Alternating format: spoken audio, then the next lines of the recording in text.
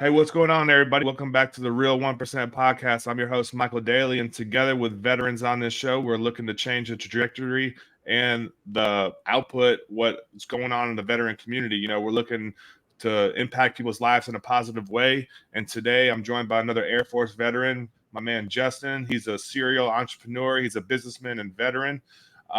He's living over in Arizona, I believe. He joined the Air Force at 17 and he completed 6 years of active duty. He worked on aircrafts and he left the service as an E5 staff sergeant and deployed one time into support Operation Enduring Freedom in Afghanistan.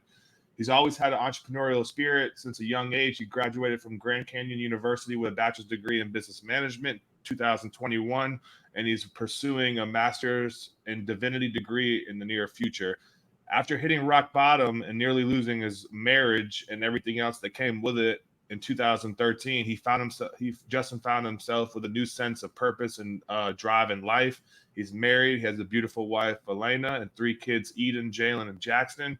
And he's started upwards to 20 businesses in 17 years.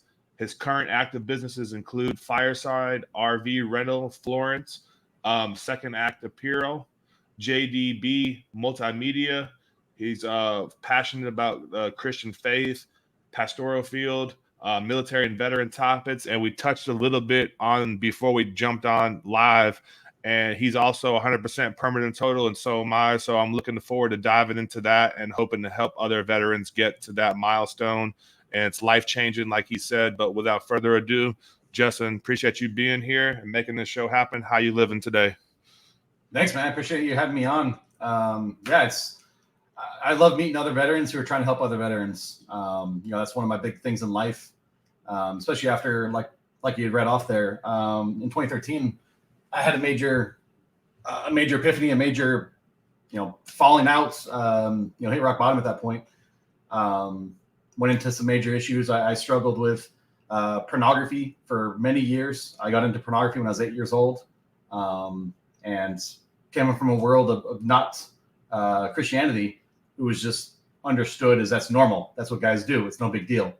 But all through my marriage, all through my growing up, my marriage, pornography just haunted me. I was truly addicted to pornography. And so in 2013, it came to the point where it was no longer on the screen. I pursued outside of my marriage twice in 2013. And God convicted me that it was the worst thing I could do. And so I confessed to my wife. I came completely clean to my wife at that point. And we separated for a little while to get ourselves straight. We went through counseling, and just at that point, I realized I needed to help myself to be able to better help other people. And so in 2013, that's when my whole life changed. I realized that I couldn't help anyone if I wasn't helping myself first. So that was my rock bottom at that point. Man, you jump right into it, which I love, because you're not holding back, man. There's nothing to be ashamed of that, because we've all hit rock bottom, right? I know I hit my rock bottom when I left the military as well. So when you went from doing big things in the military, and we'll jump back into why you might have joined the military in a minute, but we're on a hot take right now, so let's stay here and act on this. What was going through your mind when you were dealing with that, and it just came to be that much? And also, touch on, I'm a Christian man myself, may not be the best at times, but, still there and still pursuing God. What was it that God really did to you that had a spiritual awakening? So like I said, the second time that I stepped outside the marriage, I was drinking. I was not fully an alcoholic, but I could handle my alcohol, but I could never, I wasn't a social drinker. If I was gonna drink, you better line up, 7-8 shots at once, because I'm not gonna just sip on a beer. If we're going for it, we're going for it. Line them up, let's go. And that's what happened. We were in Vegas for my brother's bachelor party. Me and a cousin of mine got completely plastered, and I ended up at the strip club. And as soon as whatever happened, I sobered up immediately, and that was 13 years ago, and I haven't had a beer since. And so at that point, I realized, God convicted me right at that moment that, what am I doing? Why am I doing this? I was already married to my wife for, we got married in 2002. So we were married for just over 10 years at that point. She'd been through with me, the military, the thick and thin of the military. And, I'm off doing whatever it was I was doing. And so God convicted me at that point that, why are you doing this? I got home. We went and had a men's retreat shortly after that. I got baptized by my father-in-law. And it was that weekend that I was overcome with just complete conviction that I had to come clean. So got home that weekend, wrote a letter, a 2-page letter to my wife, telling her everything. Because she didn't know nothing. I was never, I wasn't caught. She didn't find me one day, in front of the computer or whatever like that. I exposed all of my dirties to her, all of my secrets. Everything came out in that letter. And God convicted me that I needed to be completely open and honest and exposed to her if we were going to have a true marriage. So, that's how God convicted me. How'd you feel when you wrote everything down, like you got it off your chest, and then when you finally had an interaction with your wife, how'd that make you feel? Oh, it was the scariest thing, man. It was having to relive my memories of what I did. Obviously she didn't know about it, but what I did to her in the shadows, essentially. So having to write that down and actually see those words on paper, was one of the worst feelings ever, and so then I after I wrote it, I sat my wife down. I said, go ahead and read this entire thing. Please don't say anything until you're completely done. I told God, before that, this is up to you. It's no longer in my hands. If we're going to stay married, it has to be God centered. So that's, we had, we both had a relationship beforehand with God. She grew up in a Christian household. I didn't, but I knew God. But after that point, I feel like because of that, what happened, because of what I did, I feel like our marriage is so much stronger than it would have ever been. So, yeah. I mean, you guys, you had to you had to put all that on paper, which is not easy. And then sit there while your wife, the woman that you love, read it. I mean, we all make mistakes and we're all guilty of, I had a kid out of wedlock, so I'm no one to talk about nothing, man. And I got convicted after doing all that. So that's a whole nother story in itself. But after you guys got that stuff on paper and worked through it, obviously God was in the equation for sure. And you guys, like you said, you put your faith and your trust in the Lord, which helped you overcome all the adversity, right? But what was it like working through that stuff after she read the letter, after you came clean? I mean, I'm sure it was a tough time, but walk us through that right there, essentially. Yeah, so we went through that. She asked for her space. So me and my son at the time, we moved to my mom's house for a little while. We separated for a couple of weeks. I moved out, gave her a space, and then we found Christian counselors. They were actually part of our church. So him and his wife both canceled us. So we would do separate sessions and then together sessions. We went through counseling for probably about 2.5 years. And it wasn't just like, let's just fix this Band-Aid situation. No, we dove deep into ourselves first. Like we went into, I still have, I don't want it to sound cheesy, but I had daddy issues. My dad passed away in 2010, and that kind of spurred a lot of the stuff that happened in 2013. And so I deal with a lot of that. I dealt with a lot of that, and that was what caused a lot of the issues. So we dove deep into ourselves, realizing what we needed personally and how we were projecting that out onto our marriage and each other. And then after we sorted that stuff out, we then worked on the marriage aspect and coming together and being one with God. So, okay. So do you think leaving the military had anything to do with how the spiral downwards actually came when you got to that point in 2013? The way that I got out definitely did not help at all. I had, like I told you earlier, my transition out was very minimal. I can't blame that on the military. I don't know if I missed things and it just wasn't portrayed to me. but I got out with no job opportunities. I didn't get out with anything in mind. My 6 years was up. That was my commitment. I did my commitment, and then all right, see you later. I'm heading home. And so after that point, it did hurt for a while. Having no money coming in, we were living in my in-laws' basement. We had a 1-year-old son at the time.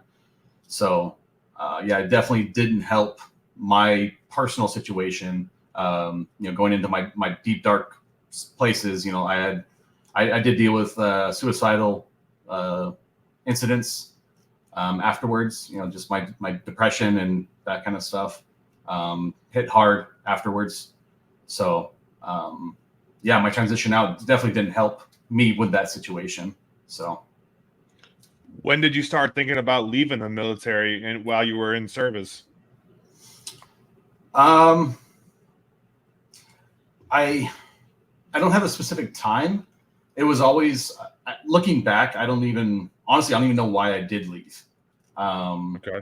Because I've actually been talking to a recruiter now about going back in as a chaplain.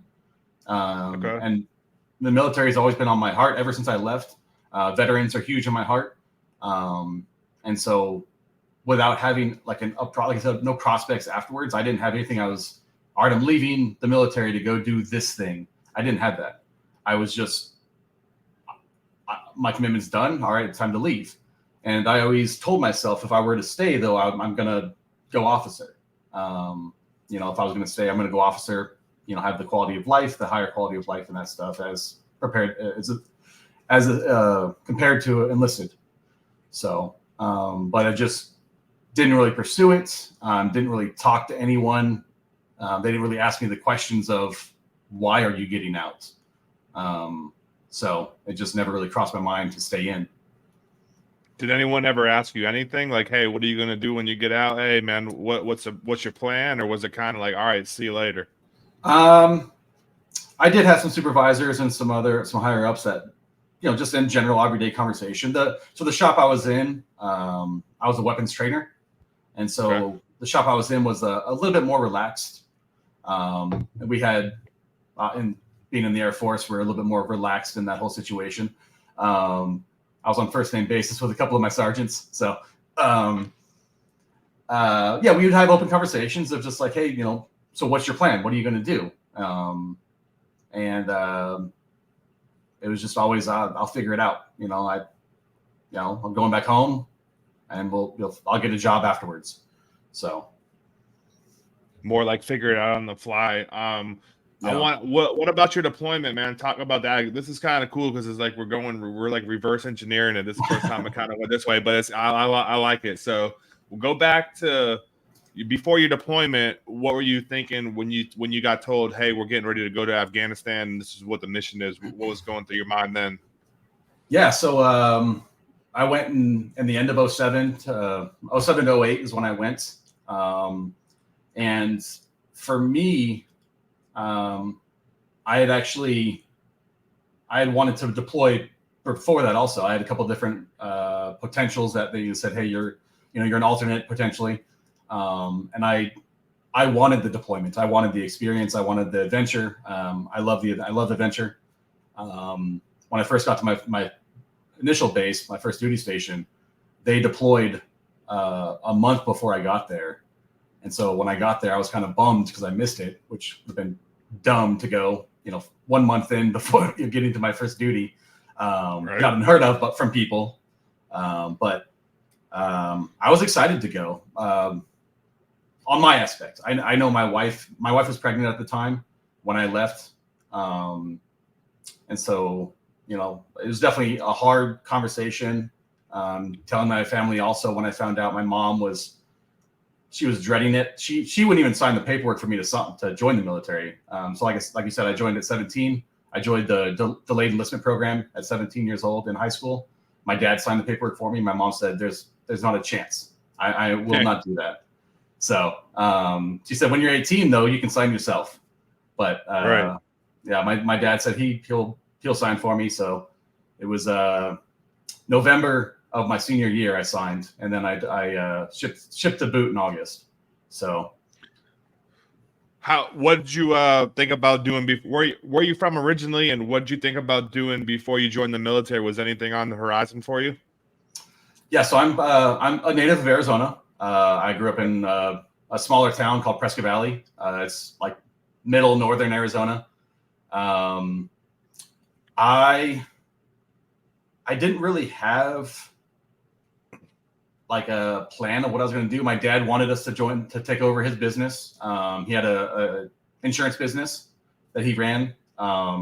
Neither me or my brother wanted to take it over, and so it just kind of, after we left, he ended up selling the business shortly after. But I didn't really have anything in plans. I guess I'll dive into my reason for joining the military in this conversation also.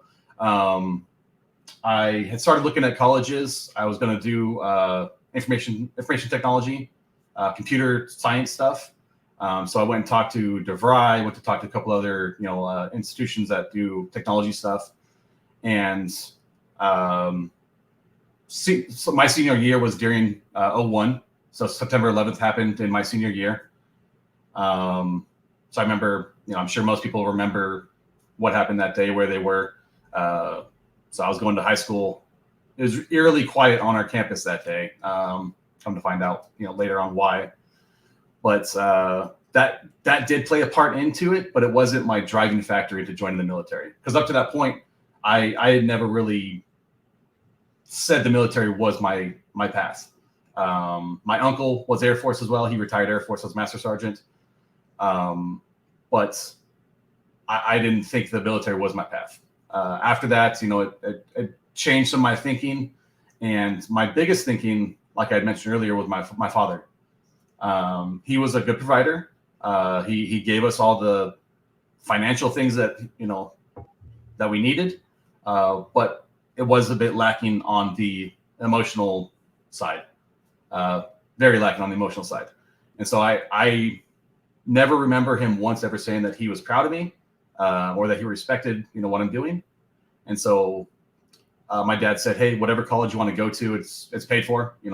We have the means. You pick the college, it's paid for." And so I decided the military can provide me the education. So that's when I decided I'm going to join the military. I'm going to make him proud of me. I'm going to make my father not be the one that's going to support me monetarily.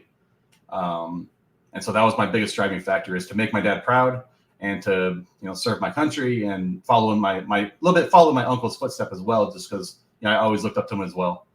So what happened when you went through your boot camp and your training and stuff like that? Was your dad proud? Did he say it? Or, I mean, maybe just, I don't know. I'm not trying to speak on him, but I think some people just do that. I think maybe my dad was like that too. He probably was deep down inside, but maybe they just didn't know how to show it. It's not like they didn't want to, but maybe they were just that type of guy. But what happened for you when you went through your training and your schooling? Yeah. So like I said, my dad signed for me to join early. And once I said that, I talked to the recruiters and got signed up. His whole demeanor towards me kind of felt like it shifted. It really changed. He never showed up to any of my sporting events or any of my practices. He was never there. It was always like, after he got home, "Hey, how'd you do? Good? Okay, great." But after joining the military, it was always like, "All right, how can we get you ready? What can we do? When do you leave? What do we need to prepare for?" And then, going through basic training, they came out there, and I'll never forget, hugging my dad and having him, tell me in my ear, "I'm so proud of you, son. I love you so much." And both of us are just bawling, on the parade field. So that's probably the biggest core memory I'll ever have is that moment. How'd that make you feel? Exactly what I had hoped would happen. It changed everything that I felt about him at that time. Obviously, I love my father, but it just changed how I felt about him. It was no longer just the parental figure. It was now the loving companion that I had hoped for, all my years. So absolutely. So you got through. You're making amends with your dad in a positive way. He's showing you that empathy, that everyone deserves from their parents. And talk to gearing up to go to, where'd you go for your first duty station, and then what was your mindset like when you first got to either Manas or when you got boots on ground in Afghanistan and started doing your thing? Yeah, so my first duty was Seymour Johnson Air Force Base, North Carolina. Okay. So it's just outside of Raleigh, about an hour east of Raleigh, then an hour west of the beach. So we're kind of right in the middle of no man's land there. And there's tons of, North Carolina is just a major military location. So Yeah. I want to say, I think there's like 7 military bases within like 2 hours of each other. So, so yeah, I got there. So you said my first duty station, and then talk about my deployment. Is that what you asked?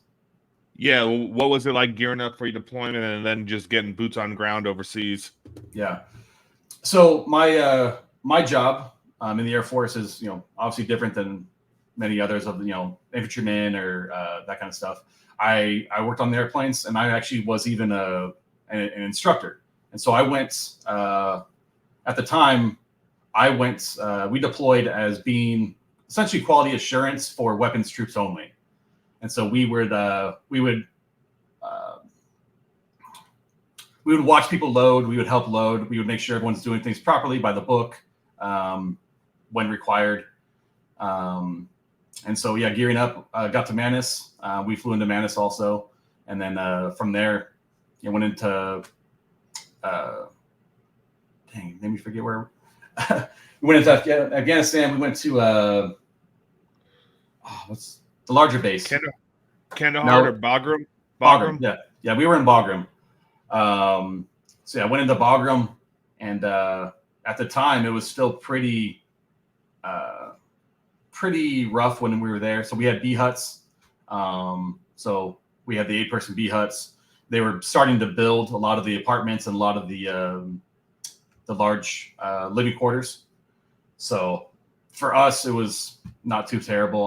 My B hut was about 10 by 10. Had a door on it, and there was 8 of us in the room, right in the B hut. So, but yeah, it was bougie for Air Force. Obviously, I had internet in my own room. I had my laptop. I had my bunk bed. It was just myself, but I had a little rolling cart for my laptop. We had the locals install internet in each room. And at the time that was 07. So, it was, I don't know, 3 megabyte connection maybe, but so much better than having to go to the morale tent and having to wait to use the phone. I could video stream with my wife at the time. So, but for me, again, saying it's kind of selfishly, I loved the deployment. Just the simplicity of it is what I loved. I knew, I'm gonna go work. We're gonna do our 14-hour days. Gonna get home. Gonna go work out. Gonna go eat. Gonna go sleep. Gonna go do it all over again. Right. So the simplicity of that, I loved. It was just so much easier. But again, that's just my own personal selfishness of it. I didn't have to think about, where I had to go or what I had to do. It's just set on a routine. And then thankfully I actually had Sundays off. And so church was always never a problem. Every Sunday I went to church. So that was great. So we did I think we got there in August, and then we actually left like January, like the end of January, thankfully, because they were actually going to push us back 3 months.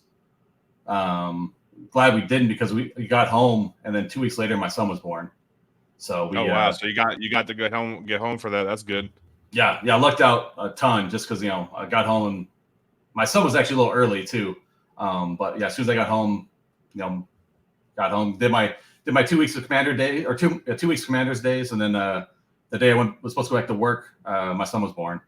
So let me ask you a quick question about Manus. Did they have the candy bars in the dining facility when you went through? All them candy bars? Man, I think I went through in 2010, so maybe they didn't have them. I asked somebody else in the show, and they said they didn't remember it. But dude, they had the tent dining facility, but they had the whole thing lined with candy bars. I was like, wow, this is crazy, man. This is how the Air Force gets down like that. But do you remember that or no? I don't remember that. I wasn't Maybe before. big sweets guy, so I don't know. Maybe it just didn't stand out to me. I know when I left though, y'all left at the end of January, and that place was frozen. Man, when I left there, so I did. I was only there for 3 days on the way out. Yeah. It was -40 when I was there. Ooh, Oh, it was I'm good. terrible. Oh man, it was terrible. I'm good on that. Yeah, and they had us in the transitional tents. So we had the huge tents. I think we had like on 120 of us in there, and they had a heater on one side and the other. But like if you were in the middle, oh man, you were stealing every blanket you could find. Oh, dude, I could only imagine. I think I went through there like in October, and like we did like October to October. So I'm glad I wasn't there for that. But I remember being in those big tents, and you really, if you could, you'd probably just try to go to the MWR or be out of those tents because you got to deal with BO and you got to deal with people snoring and all type of stuff, man. You know how it went down. Yeah. But hey, at least you were on the way out, which mattered. But deployment for the most part, and even contracting, dude, you're absolutely right. I don't think it's so much being selfish, but you know exactly what's going to happen, man. You're going to go get 3 meals. If you got a DFAC, you know, you're going to go to the DFAC. You're going to go to the gym. You're going to go to work. You're going to go to church. You're going to watch some movies. You're going to hang out. And that's kind of how deployment went, you know, for most of us. Was there anything crazy that happened when you were in Bagram or any, like, you know, you guys did get a lot of IDF and stuff like that there, but how was your time in regards to that? Yeah, so we being there in the winter months, the production, you know, slows down. We didn't have a lot of attacks on the base. There was some though. I think while I was there, I think we had probably about like 25 mortar attacks onto base. The biggest one that still, you know, kind of when I think about it heavily, it still kind of shocks me is we were launching on a jet. WEP's in, so you couldn't hear a thing, and you're next to a running jet, an F-15 running jet. But I feel a thump in my chest. It looks like a quick, sudden thump, and everyone stops and looks at each other like, what just happened? Like, did the engine just blow? Like, what just happened? And then, like, as I'm thinking that, I feel debris like past my feet, like things hit my legs and my feet. I look down and like it's dirt and like stuff. Turn around and there's a massive mushroom cloud that's probably, I don't know, about 70 yards behind us. So a mortar had landed behind the jet as we were prepping to send it out. Wow. Yeah, so that was probably the craziest thing that I had happen. What was going through your mind then? At the time, we were just confused. Like, do we do a quick shutdown or like until we realized that, it was a mortar attack. And then once we did, it was just immediate, get this jet out of here. So we just, pulled pins, pulled everything we could and sent them out. Like, just get out of here. You're ready to go. Just get out of here. And then everyone had to go inside or get into the bunkers. But typically at that point, like generally it was a single mortar attacks at a time. So okay. if one hit, like you really don't have anything else to worry about per se, just on average. Yeah. Because the way that they set it up is, they would do it on timers. So they would go out to the mountains, set them up on timers. That way they could get away without having the infrared see them. So they would set it up for, 4 or 5 hours or whatever it is. And so they would set one up and then leave.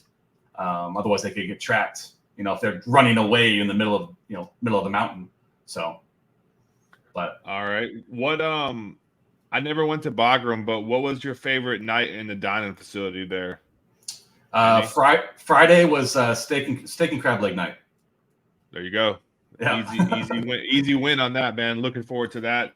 All right. I was there for Thanksgiving and Christmas as well, though. So they had really good food for those days. So. Oh yeah, they get good food for those days too. What on a more serious note though, I mean, let's talk a little bit current events, maybe a couple years old and right now, but what was your initial thoughts when the fiasco of Afghanistan happened not too many years ago? For being there. Yeah. I mean, I've tried to stay out of the political side of stuff, even though I have thoughts of going into that eventually. That's a whole other conversation. Sad for the people.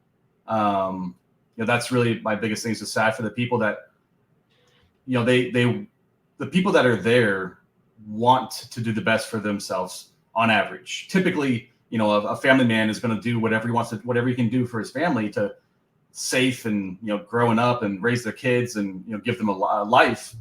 But if they know that they're going to be removed from any kind of safety, and now, the Taliban or whoever is there right now, if it's already known, once the military leaves, the Air Force or the U.S. Air Force and the Allies leave, we're getting overrun again. We're now going to be controlled again by people who don't care about us. Right. It made me sad, sad to my heart that they're in that situation. And it's just, it's just a repeat of history. We were on Bagram, there was Russian tanks, there was Russian aircraft, because they had tried to come there before and got pushed out. Same exact thing happened. Yeah, you're right.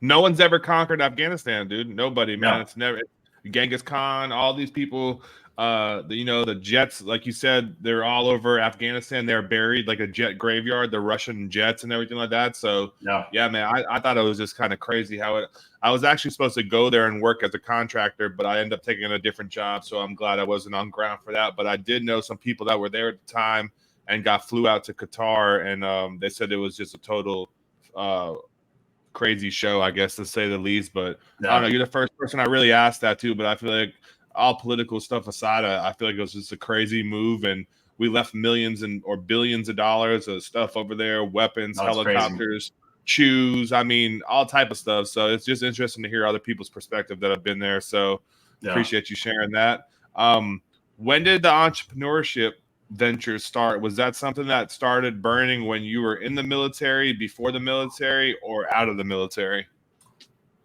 I feel like I've always had that, just because my father was, a business owner as well. The one tongue-in-cheek story I always tell is when I was about 3 or 4 years old, my family, we had a family gathering party, friends over. And what I did is I sat on the cooler where all the beers were. I had a cup and I said 25 cents. So I was charging the people that were at our house, I was charging them 25 cents to grab them a beer and to give it to them. So I started my own little business when I was 3 or 4 years old. Obviously, it didn't really amount to anything, but it kind of started since I was young, following my dad, watching my dad, seeing all that. I worked, when I was in high school, I worked at Center Job, I worked at Safeway, then I worked at the country club, just making money to put gas in the car and take my girlfriend out to the movie. When I was in the military, I actually did, I got a second job. I worked at a automotive customization shop. We did full-on customization of vehicles, frame-off restorations. We would convert NASCARs into street cars. And that's where I really dove deep into my love and my passion of vehicles. Worked on my own vehicle, my own show car, painted it myself, did all the body work myself.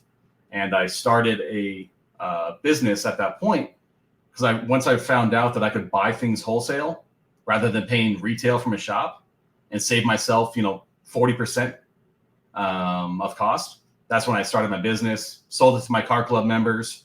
We had a small little car club on base. And so it just kind of grew from there. So I started that business and then got out of the military, kept it going, just doing an online store for it. And then, just from then I went on to another thing and several other, like you had said, upwards of about 20 businesses over the last, 17 years now or so. But so you're the youngest bartender in the history, dude. Oh yeah, you're the youngest bartender, bro. 3 years old, pouring brew. Not bad though, man. It's kind of funny how that all begins like that. Some people, I think I did lemonade, or like in high school, I was selling, go to the Dollar Tree and get the candy 3 for $1, and then sell them for $1 each, and you're making pretty good return on investment. And now you can't even get a candy bar for $3 at the gas station. So that's a whole nother story. But like, from all the business ventures that you've done, what's probably been your most successful, and what's been the one that's maybe most lessons learned? So I'll start with the lessons learned one. That was my car shop. And like I said earlier, when my dad passed away in 2010, he left us an inheritance. And I took the small scale car business that it was. I was working out in my garage doing friends stuff and small little things.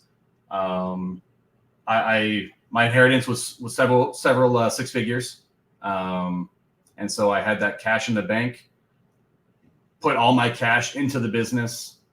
I wasn't ready for business. I definitely was not in the mental state to start a brand new business. Still dealing with my dad's, the death of my father and the grief of that, and just blew through, several six figures in a 3-year period, and had to close the shop down just because I then end up going into 6 figures worth of personal debt trying to cover bills.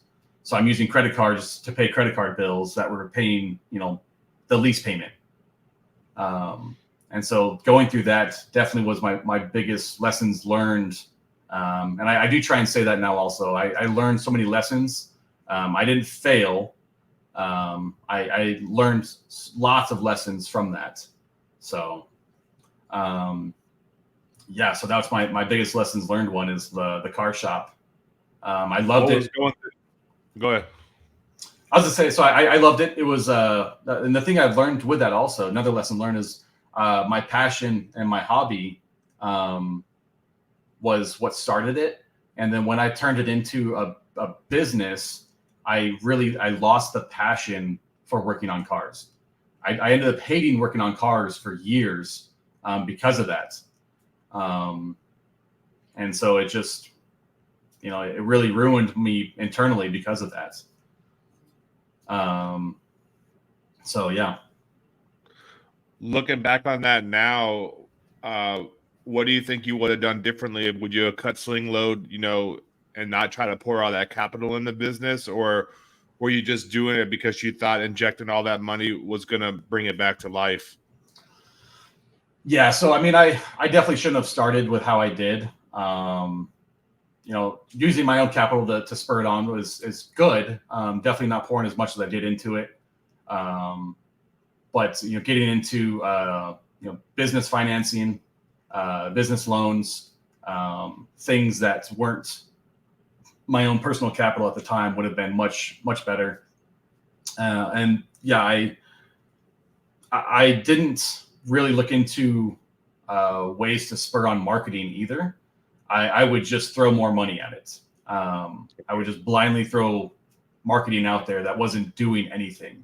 Spending tens of thousands of dollars on Facebook ads that might bring in 2 people. Or I did a program where on the back of your receipts, you would have like a business advertisement or whatever, doing that with no results without ever looking into how it could have helped me. Someone showed up one day, sure, let's do it. Here's $3,000 to just run ads and never have a return on it. So, right. So, all right. So flip the script and then let's talk about some of your more successful business endeavors. Yeah. So the one I'm currently running, you can't really see it, but Fireside RV Rental. That's my current major business. We rent RVs and trailers for rentals. We have all the different models of them: Class A's, B's, C's, travel trailers, toy haulers. They're all available. We currently have 17 units that we rent out. And so that model has been the most successful for us so far. We've been running the business for 5 years now. We started out with 1 unit 5 years ago. And then it took us several years to really change our model also. Because we had 1 unit that we purchased outright, and then we bought a second unit a year ago. And then we joined the franchise of Fireside RV Rental. It's a franchise. There's about 27 locations nationwide. Once I joined the franchise, they really opened my eyes into the consignment model. And so what that is other people own RVs, and then we manage the RVs and the rentals for them. So, okay. Yeah. Where you at in Arizona with that? What town are you in? So the location is technically called Florence, but it's not Florence proper. We're way on the outskirts of Florence. Santan Valley is more realistically where we're at. we're a suburb of Phoenix. We're about an hour southeast of downtown Phoenix. Okay, what made you get into that venture? I mean, it sounds pretty interesting to say the least, but what prompted you to do that? So when I first bought our first trailer, being entrepreneurial, most people don't use their trailers, their RVs very much. On average, they might use it, 4 or 5 weeks out of the year. So that means it's sitting, the other 45 to 47 weeks out of the year. It's just wasting away. And so I didn't want that to happen. So I started thinking, how can I make this make me make money? And so I started researching it, and I found that they had there's different platforms, different websites out there that essentially are like a peer-to-peer rental network. So they're like an Airbnb. Okay. So yeah, started looking into that, and then got based into that, and started renting our own personal units. And it started making us money from day one. So not bad. What are some of the biggest takeaways from all your years and all your different business ventures? Looking back at it now, what could you give advice, to someone that's either an entrepreneur, an inspiring entrepreneur, or someone that's even just, in it, but not really doing the right things from your lessons learned? Yeah. Even though I've had some pretty spectacular lessons learned, some spectacular lessons learned. If you are interested in doing it, then do it. Don't hold back. Don't be like, well, maybe one day I'll look into it more. If you're looking to do it, if you really think you want to do it, jump into it. You don't want to look back, 10 years later and be like, I could have started that then. Why not? So don't hold back. If you want to get into it, and try and focus on what you enjoy. What is your passion of your heart? When you're doing it, what's going to make you enjoy doing it and want to continue to do it and serve other people while you're doing it. Okay. What do you think some of your passions are now? I know God is. I know your family is. I know helping veterans is. But looking on the foresight, what do you see yourself doing in the future with your entrepreneurial ventures? Yeah, so we've been cultivating and developing our own coaching program, mainly designed towards veterans who are transitioning or have recently transitioned. On the basic of it, we want to help people understand what the transition is going to do for them, how it's going to affect them, and what they need to watch out for. Obviously, we have a major crisis in the veteran community. The 22 a day just is heartbreaking. Just lost another friend a couple weeks ago. So, sorry. Yeah. So just bad, man. Yeah. So there's a lot of people out there who will never experience an issue with it. But there are so many people that will, and just fight through it, struggle through it, think that it's not a big deal. Even if it's the littlest thing, like finding community, finding someone to even go share coffee with. I went on a little tangent there. But yeah, so creating a coaching program that's designed for that, that's going to help people understand the transition process. And the long-term goal with that is we want to get into bases. We want to be able to be part of the transition program where, whoever they're talking with on their outbound, will be one of their first contacts of, hey, what do I do? And that's to help, I know there's people that do it as well also. It's such a thing on my heart that I don't want to just give it up because other people do it also. But helping people, figure out the VA program and all the entanglements with that, and getting their disability set up or squared away, even if they don't think that they deserve it or should have it or need it. And then secondary to that, we want to design a program that's twofold.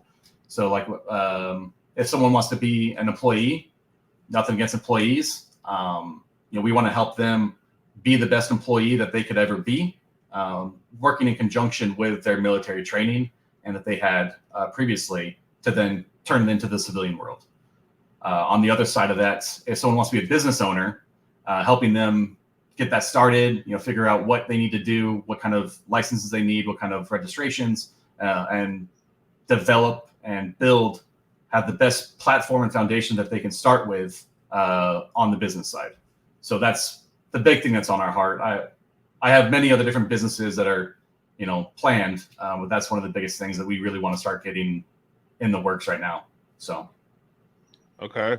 And no, I don't think you were going on a tangent, man. If you got more to say on that, dude, you're more than welcome to say it. It's not scripted at all. I don't have any set questions I got to ask, just honest, conversation. So go ahead, man. If you got more stuff to say on that, and then I'll ask the next question because I feel like you had more to say. And you're not on script, my man. You can say whatever you want. So go ahead. Yeah, I was the same way with that. Just the whole, I'll figure it out. I don't need to go see someone. I don't need to go talk to someone. Thankfully, I didn't. I wasn't well enough. I didn't do well enough on my my dark sessions, my just deep depression sessions, that I would have joined the 22, because there was a couple times that I was there. So yeah, I want people to know that it's not painful. It's painful to be in that situation, but we are there. I know there's so many people that I talk with that were in the same situation that want to help someone, that they are desperate for someone to reach out so that they can show them love, show them care, help them in that situation. Don't be afraid of it. Don't let your ego get in the way of asking for help. Because I know a lot of us, I hate asking for help.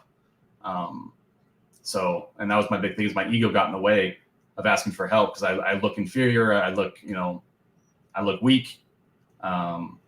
So yeah, that's kind of where I was going with that. Yeah, I think a lot of people, men, women, people feel ashamed to ask for help, but it's not really a point of weakness. Once you break down a barrier, you're actually doing the right thing. Like, we can't do it all on our own. You didn't do everything in the military all on your own. You had a team of people, and you had a platoon or a squad or whatever, a fire team, whatever the case may be, to, make the mission happen. So there's no different outside the military. But I think it's kind of crazy that we live in a world that we're so connected. We all got a computer in our pocket, but like, there's so much disconnect at the same time, man. Everyone's so worried about all this hogwash that they program and people with the bad news, everything on every channel, every outlet. And you're right, man. Like, we need to connect, got to get a sense of community. You got to get around people, whether they're veterans or not, get around the people that are like-minded. Get around people that are doing entrepreneurial stuff, that if that's where you want to be an entrepreneur, get around people that are doing better than you. That way they can pull you up. And like my man Frank said earlier today, he's never met a veteran that's ever said no to another veteran in need. You know what I mean? Not saying that we're going to give you someone $1 million, but saying if you need help, you need someone to talk to, you need someone to grab coffee with, you just need someone to listen to you. Dude, I love doing that. If you love it too, or else you wouldn't be on here sharing your story. If we didn't love doing it, and we're not the only people doing it, there's thousands of veterans that are out there in communities and organizations and nonprofits that will help you. But like they say, closed mouths don't get fed. If you never ask for something, it's not going to just show up. The 100% P&T or whatever 10% service connected, it's not just going to show up at your doorstep. You know what I mean? Like, that friend that you're looking for, they're not just going to magically appear on your doorstep at Christmas time. So yeah, I want to talk a little bit about your persistence and getting your 100% permanent total and what that did for not only yourself, but your family. So walk us through what it actually looked like when you left the military. Did you ever go to a VA appointment? And then I know you said before we got on, it took roughly 15 years, because I told you it took me about 5. But walk us through that time in life, if you don't mind.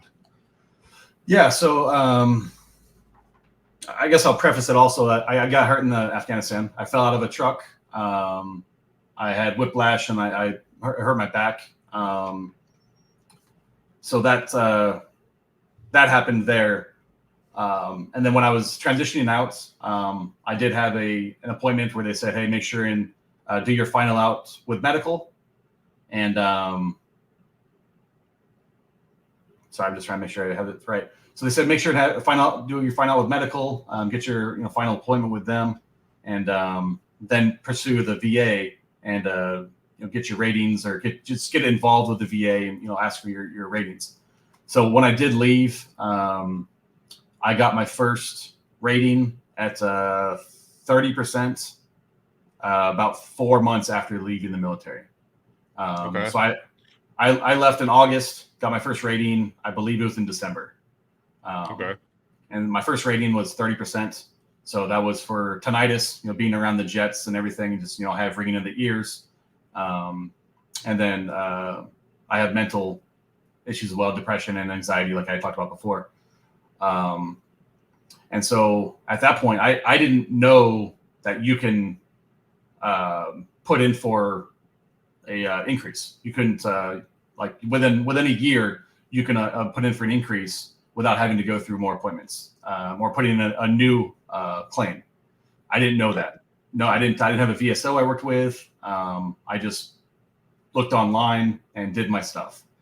And then after that, a couple of years went by. I finally talked to some VSOs and like, hey, why don't you have these things rated? I'm like, I didn't know I could. So, got back into it. Got more ratings, ended up getting up to 70%. And at the time, 70% was great for myself. Like that's money that comes monthly. That just comes monthly. And so my ego, again, I didn't feel like I was deserving of anything more. I wasn't shot in battle. I didn't get blown up by an IED. I wasn't boots on the ground, busting on doors. I didn't feel like I was deserving of anything more than that. So I never really pursued it. And after many years talking to more doctors, always going to the VA appointments, I have bulging discs in my back. I've thrown my back out numerous times. I have my whiplash in the neck, and like I have reduced movement in my neck. And even though I still didn't feel like I was deserving because I fell out of a truck. Like I'm stupid. I fell out of a truck. Like, so still in service, man. Still in service though. Yeah. And some of the big things though, when I was going through that though, I would get denied and, I would get beat down with it. Like, how am I going to fight them? They denied me. Well, I guess I just take it and leave it. Cause they denied my back claim and my neck claim, even though it happened on base. The Bagram Hospital didn't make a report of it. So there was no paperwork ever of me getting hurt in Afghanistan. Wow. Yeah. Wow. And then also my final out appointment, again, it was my issue. I didn't realize the doctor had asked me if I ever had a back injury, and stupid me, I was like, I don't think so. And so that's what they actually used to deny my back claim in the first point was, like, see, in this final out appointment, you said you didn't have a back injury. So how are you claiming a back injury? So, and then finally went to some more doctors, got more inspection or stuff done, MRIs, CAT scans, all the other PET names, whatever it is. I have they decided I have a degenerative disc disease, so my bones are actually crumbling, and my vertebrae are actually crumbling around my spinal cord. So, and they decided it's because of a previous injury. That's the only reason it happened. So they finally approved my claim for that and then gave me 100 P&T. So, I mean, I want to say congratulations, but at the same time, I don't even know if that's the right verb to use, dude. At the same time, you got your disc friggin' crumbling, and you get the 100%. It's like, yeah, granted, I mean, it's a great thing, but it's like we have to live with this stuff forever. You know what I mean? Whether it's mental, physical, both. It's not fun. It's not going to be like, oh wow, or it's something get a gold star for. But I mean, for one, what prompted you to even talk to the VSOs in the first place? Was it another veteran? Was it just I don't know, awakening for yourself? And for two, what was it like just going back and forth, back and forth? What was your mindset like, and what kept you going to be persistent and resilient, even though you were getting stuff thrown back in your face, as in 0% this, 0% that? What was it about keep going at the mission of getting what you deserve that kept you going? Yeah. So the initial pushback into it was actually a friend's wife he was a veteran as well. And she was doing all of his claims. And so we were talking, this was when I had the car shop. We were talking one day, and she was telling me about it. And I told her that I went through it previously and then just didn't do anything else. And she's like, well, she's the one that told me you need to file for, increases, appeal for increases. And I had never heard that before. So she's the one who actually got me talking to the VSOs, just because I didn't have the desire to do the paperwork myself. It's just such a vast, at the time, it wasn't automated. It wasn't computerized. So we had to fill out the papers by hand and then, scan them in and mail them in or fax them in. I feel old when I say that. Yeah, man. That old. Yeah, but so that's what started me back onto that. Unfortunately, I don't have great stories to tell about the VSOs I dealt with either. So I worked with a couple of the agencies, just terrible. I had terrible experiences with them. When I got to them, they're like, "Hey, what do you want to do?" I'm like, "I want to work on my claims." Like, or for what? I'm like, "Well, for increases in my claims." They're like, "Well, here, fill out this paper and then bring it back to me." I'm like, what do I fill out? What do I do? Like, I don't know, just fill out the paperwork. So I'm like, what do I write in here for like why I'm appealing? I'm like, I don't know what to write. I want higher rating. That's what I knew to write. So I actually eventually went to a paid service. And so there was a company that I dealt with that handled all the stuff for me. And I attribute my 100% to them just because they stuck with pushing me on continually asking for the appeals, asking for the increases. I know there's a huge stigma around the paid services. But for me, they were the best option because I went through 3 different agencies and VSOs that didn't help me at all. So. No, it's a double-edged sword. If you depending on who you ask, they might say something and have something to say. But I guess the moral of the story is you never give up, and you got there. And I mean, yeah, I don't know, man. Whoever I use the pay service too, to be honest with you, for a portion of mine for the sleep apnea because I didn't get a sleep study done until I got out the military. And I know you got to have a nexus and all this stuff, and the VA is not giving you that. A VSO is not giving you that. So at some point, you got to figure out how to get a medical nexus, and they're not free. So, I mean, it is what it is. People are going to hate, they're going to say this and going to say that. But, at the end of the day, if you have that experience with a VSO that's actually getting paid to help you, and some of them are better, most of them I think have to be veterans too, man. I think that's a whole nother scenario and topic of discussion for another day. But yeah, that's kind of sad, man, because they're the experts. They should be educating on you. Hey, you need to write this, you need to write that. So sorry to hear that you had to go through that. But at the end of the day, I guess the light at the end of the tunnel is you got that 100% P&T. Your family is getting set up for success, whether it's school, whether it's your wife or your kids. And I don't know how it is in Arizona, but what are the benefits like in Arizona on the state level? You got anything special out there, or how's that? So yeah, I know they do your one vehicle free registration. Okay.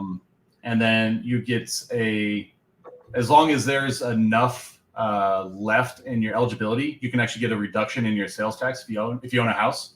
Okay. Your estate taxes on your houses can get reduced. And I'm trying to think what there's not a ton from Arizona.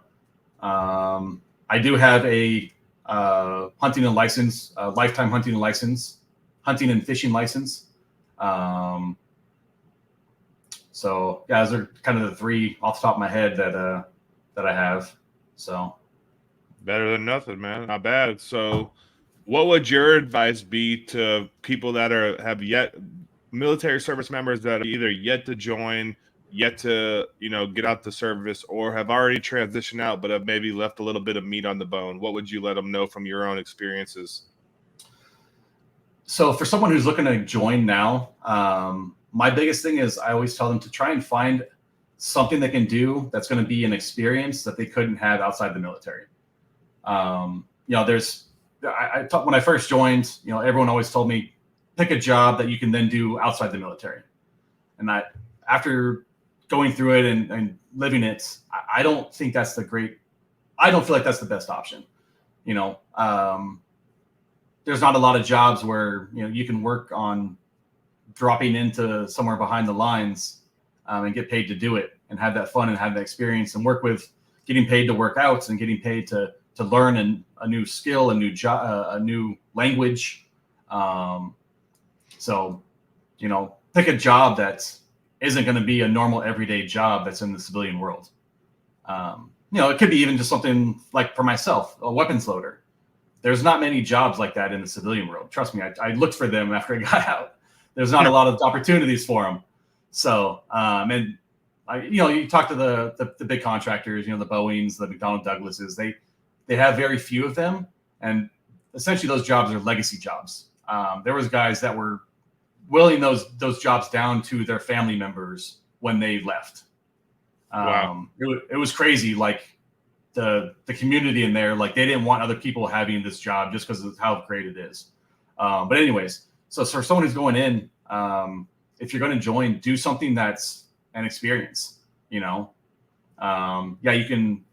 do the college thing or whatever afterwards if you want. I did. I went and got my bachelor's, looking for my master's here soon.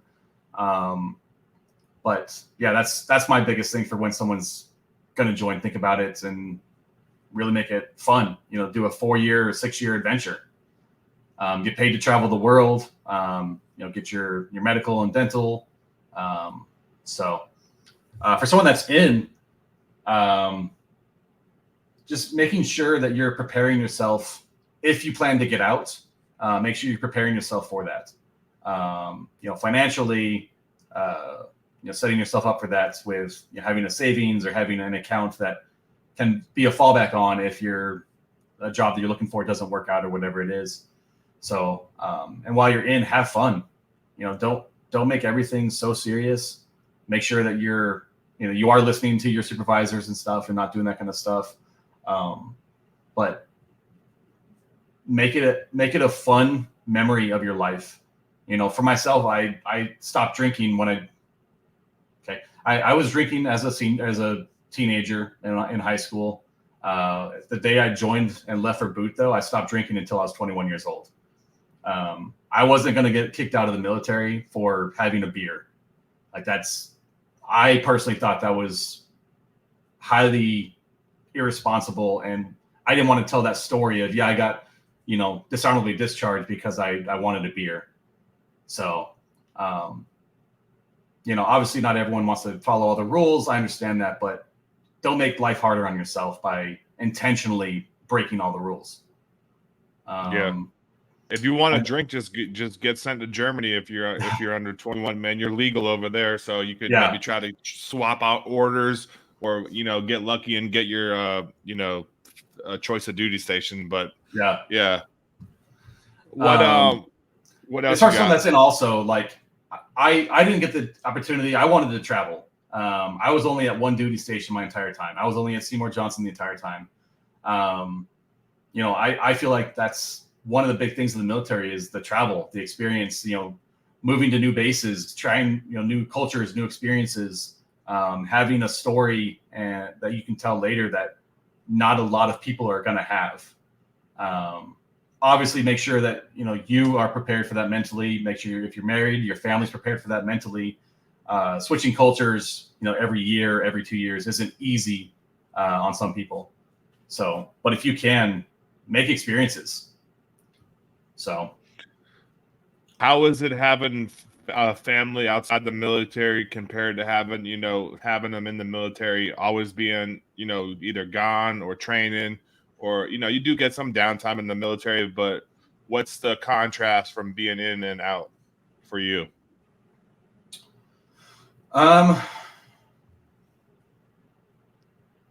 So when I was in, I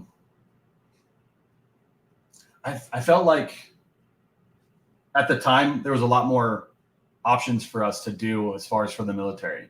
Our church always had different retreats going on or things like that, or there was always the military spouse group that we had was pretty well established while we were there. So they always had events going on and things like that. I felt like it was a really close, tight-knit community inside the military when we were there. We have a lot of friends that we're still friends with, like close friends with, that we met in the military, that I feel like I would never have met them or gotten that close if I was outside the military. So I feel like the military community really was a closer community when we were in versus now. We moved into a new community 2 years ago, bought a new house. We've talked to our neighbors. We've met up neighbors, had them over for dinner every once in a while, but I don't feel like it's anything like what we had when we were in the military. So talking on that subject real quick, what's one thing you miss about the military, but you can't say camaraderie, man? That's always the common denominator. Everybody says it, man. So I had to start saying, like, you know what? One caveat on that, you can't say camaraderie. What would it be for you other than that? I would say for myself, I didn't do it. I didn't travel. I didn't get shipped overseas. I didn't get orders to move overseas or moving duty stations or like that. But the adventures and the travels that you do have. I went TDY multiple times. Got to experience lots of different things. Traveling on C-17s or KC-130s, KC-135s, which terrible flight from North Carolina to Vegas. But I love the adventure and the travel. So yeah, I guess that would be my answer since you took away my number one. Got to take that number one. I got to take that number one from everybody, man, because we all know that's true, man. But I guess it's not paid to go to it's not bad to go paid TDY and see other spots, but you never know, man. You might get back in and do your chaplain thing and get stationed in Germany, man. So, or Italy or Spain. Air Force got all the good assignments, man. So just go back to the Air Force if you're gonna go. And where can someone find you if they're looking for coaching, if they're looking just to reach out, maybe hear more about your story or just, talk to you offline? Where can they find you at? So I'm on Facebook, just with my name, Justin Ballard. You can go to our website as well for the RV stuff. So it's firesideaz.com. That's our RV rental stuff. I don't have a good branded Instagram. I got to work on all that stuff. I haven't sorted all that stuff out for my coaching and all that, but I also do have my Christian apparel brand, Second Act Apparel. So we have that brand as well. We have shirts and hats and things like that. But Facebook is probably always the best place. I'm on there way too much. I'm an old millennial, so I'm on Facebook. I'm not on the Tic Tacs or any of those. So. It's all good, man. Well, maybe we'll resurface over there one day. I'm on Facebook too, but there's plenty of Facebook groups. I know that's how I met you. Just putting a call to action out there. So I appreciate you answering that call. And I'm gonna turn it over to you real quick, and then we'll wrap it up. But before I do that, I just wanted to say thanks again for coming on here, starting off the show with some fire. Something that I didn't expect was going to happen, but I love the episode. I love your story. I love what you're trying to do, trying to help veterans. And I'm glad that you came on here and you put it all on the table, man. You were vulnerable. You were open. You were honest. And, you put all the good and bad out there, but I think the good outshines the bad. I'm glad we got to link up on here. And if you ever need anything from me, I'm here for you. And but I'll turn it over to you real quick if we maybe missed anything or if you want to say anything else before we wrap it up for the evening. No, I appreciate you having me on, man. I'm really trying to do this more often, share my story, share my truths. And that's what it is. It's my truth. It's who I am. It's what I've lived. It's what I've done. I have to live with it. And I'm just trying my best to help the others out there to not go down the same path, deal with the same situations, and just be a guiding light in multiple ways. Be a guiding light for God, and be a guiding light for people as they go through life. To know I've made those decisions, and it's not, you're not lacking out if you don't make those decisions. If someone helps you not make those decisions in the first place. So I've talked to some people where they're upset because they didn't get to make a bad decision to then see how it ended up in their life. That boggles my mind that someone would feel that way. So nah, don't try to make bad decisions if you don't have to. I mean, I've made plenty of them. You could borrow one of mine, if whoever you are out there. I'm sure Justin, you could borrow one of his, man. You could just hear the story and just listen to what happened. You don't really need to make them if you don't. I feel like we all do, but you don't have to go crazy with it. So I don't know who those people are. But nah, man, I appreciate you coming on. If you guys listen this far, I appreciate the support. If you guys are a veteran, a veteran, you're a spouse, even a spouse, man, I got to take a different angle, man. Get some spouses on here too and share their stories of transition, because they're in the fire just as much as a veteran. They got the home front to take care of. They got the kids, maybe the checkbook, all that stuff and more. So we appreciate y'all listening in. We appreciate what the military members are doing in service. And guess what? You said something earlier. You said if they're going to get out of the military, everyone's getting out the military at some point. Never mind if you're David Petraeus or my man Justin Ballard. Everyone's time is coming. You're an entrepreneur. No good entrepreneur really goes into business without an exit strategy. They pretty much know what's going to happen. Are you going to IPO? Are you going to sell privately? Are you going to do this? Are you going to do that? It should be no different in the military, because you're going in business for yourself. You got U.S. Army or Air Force or Navy or Marines or Space Force, Coast Guard. Where y'all coasties at? Never had one on yet, so we need a Coast Guard member. But you got that on one side. Let me get them, man. Let me get them. Yeah. We're looking for it. I need that in the Space Force. So we got you got the service on one side and you got your last name on the other side.